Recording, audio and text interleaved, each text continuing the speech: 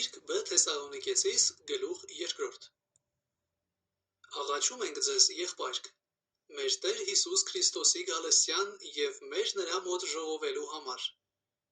որ դուք շուտով չշարժվիք ձեր մտքիցը և չզարհուրիք ոչ հոգով և ոչ խոսքով և ոչ թղթով, իբր թե մեզանից գրված, որպես թե Քրիստոսի օրն եկած հասած լինի։ Մեկը չխաբե ձեզ ոչ մի կերպով, որովհետև նա չի գալ, եթե առաջ չգա ապստամբությունը, և հայտնվի անօրենության մարդը, կորստի որդին, այն հակառակորդը, որ գոռոզացած է այն ամենի վրա, որ Աստված կամ Աստծո պաշտոնյա է անվանված,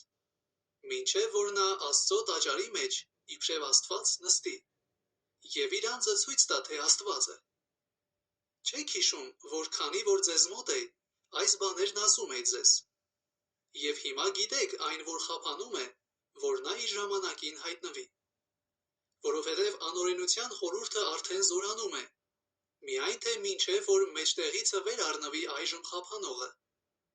և այն ժամանակ կհայտնվի այն անօրենը, որին Տերը կսատակեցնե իր բերանի հոգովը և կխափանե իր գալստյան հայտնությունովը, որի գալը սատանայի ներգործությունիցն է, ամեն զորությունով և սուտ նշաններով և հրաշքներով, և անիրավության ամեն խաբեբայություններով կորուսյալների մեջ։ Փոխանակ նրա, որ ճշմարտության սերը չընդունեցին, որ ապրեն,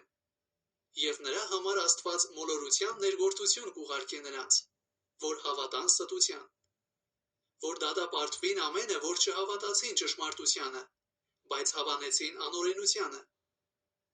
Իսկ մենք պարտ ենք ամեն ժամանակ Աստվածանից շնորհակալ լինել ձեզ համար, Տերիցը սիրված եղբայրք, որ Աստված սկզբիցն ընտրեց ձեզ փրկության համար,